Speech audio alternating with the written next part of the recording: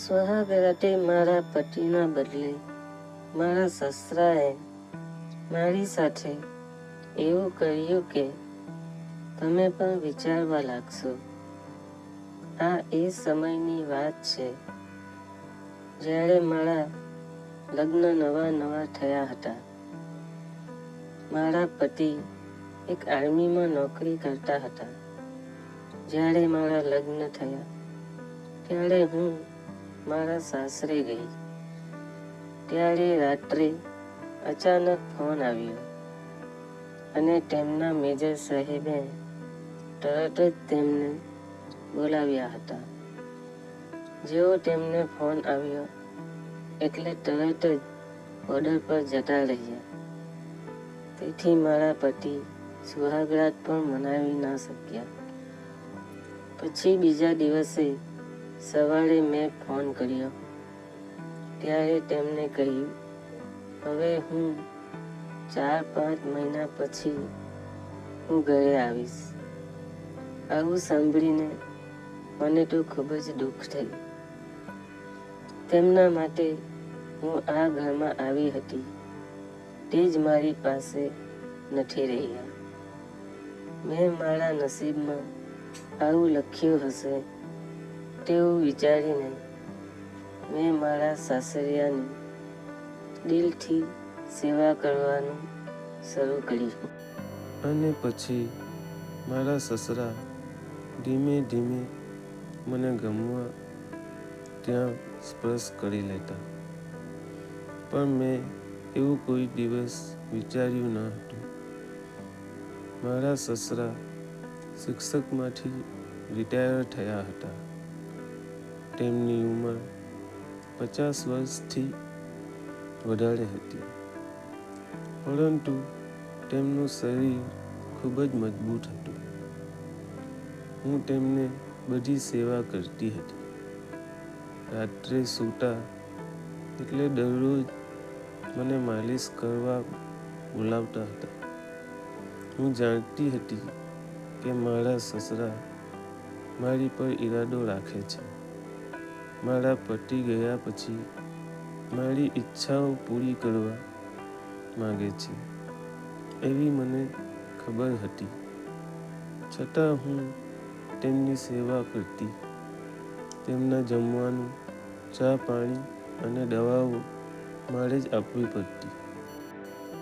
મારી સાસરી હતી એટલે હું સાડીમાં જ રહેતી. એક દિવસ તેમને મને પાછળથી પકડી લીધી એટલે મને મારા સસરા પર ખૂબ જ ગુસ્સો આવ્યો અને હું રડવા લાગી. અને પછી મારા સસરાને મેં કહ્યું, તમારો છોકરો આવશે એટલે હું બધું જ કહી દઈશ. ત્યારે તે બોલ્યા, એમાં શું, તમારી પર મારો અધિકાર છે. મારો છોકરો અહીંયા નથી.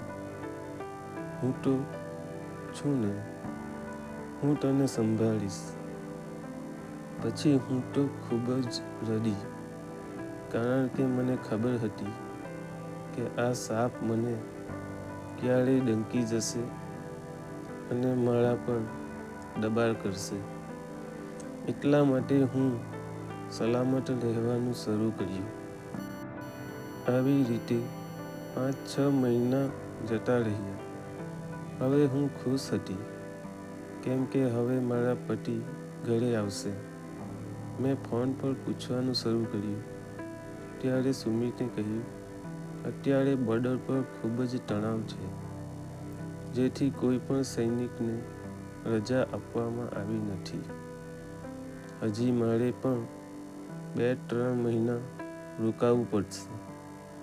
આવું સાંભળીને મને તો ખૂબ જ દુઃખ થયું. બીજી તરફ મારા સસરા મારી તરફ પાગલ હતા. એક દિવસ મારી સાસુના ડૉક્ટર પાસે દવા લેવા ગયા હતા. ઘરમાં હું એકલી હતી અને હું રસોડામાં રસોઈ બનાવતી હતી અને મારા સસરાએ મને બાથમાં ભરી લીધી. હું તો ખૂબ જ ગભરાઈ ગઈ. મારા સસરા બોલ્યા, ગભરાશો નહીં, હું તમને ખૂબ જ પ્રેમ કરું છું. તમે મને પણ થોડો પ્રેમ આપો. સસરાજી આવું બોલ્યા. તેમને ગેસ બંધ કરી દીધો, જેથી હું થોડીવાર ફ્રી થઈ ગઈ. પછી સસરા મને સીધા તેમના રૂમમાં લઈ ગયા. પછી મેં કીધું કે તમે મને છોડી દો, હું તો બૂમાબૂમ પાડીશ. એટલે તે બોલ્યા, તમે આજે જ કરવું હોય તે કરો. તમને મારું બેડ તો બતાવીને જ રહીશ. પછી હું તો શાંત પડી ગઈ. મને ખબર હતી કે આ સમયે કંઈ પણ નહીં થાય. તેમ છતાં પછી તેમને મને છોડી દીધી અને તે બાથરૂમમાં નહાવા ગયા. પછી તેમને મને હેરાન કરવાનું બંધ કર્યું. થોડા દિવસ પછી તે શહેરમાંથી મારા માટે ખૂબ જ સરસ બનારસી સાડી લાવીને મને આપી. જ્યારે હું બીજા મારા કામમાં કરી રહી હતી ત્યારે અચાનક વરસાદ આવ્યો. તેથી હું છત પર ગઈ. ત્યારે હું આખી પલળી ગઈ હતી.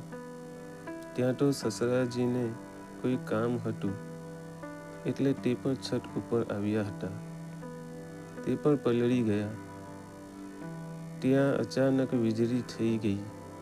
તેથી હું બૂમ પાડીને સસરાજીને બાથ ભરી લીધી અને અમે બંને બીજા માળના રૂમમાં ગયા.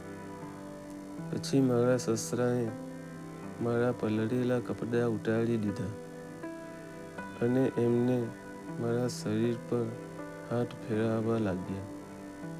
હવે મારા શરીરમાં પણ આગ લાગી રહી હતી. હવે હું પણ મારા સસરા સાથે બધું જ કામ કરાવવા માંગતી હતી અને મારા સસરાએ મને સુવડાવીને પછી એમના બેડથી મારા મેદાનમાં એવી બેટિંગ ચાલુ કરી કે હું તો બૂમો પાડવા લાગી. મારા સસરા મારા પતિના બદલે એમને મારી સાથે બધું જ કામ કરી લીધું. મિત્રો, આ વાર્તા તમને કેવી લાગી કમેન્ટમાં જણાવજો અને ચેનલને લાઈક, શેર અને સબસ્ક્રાઈબ કરી લેજો. ને જો તમને આવો મોકો મળે તો તમે શું કરો કમેન્ટમાં જરૂરથી જણાવજો. ધન્યવાદ મિત્રો.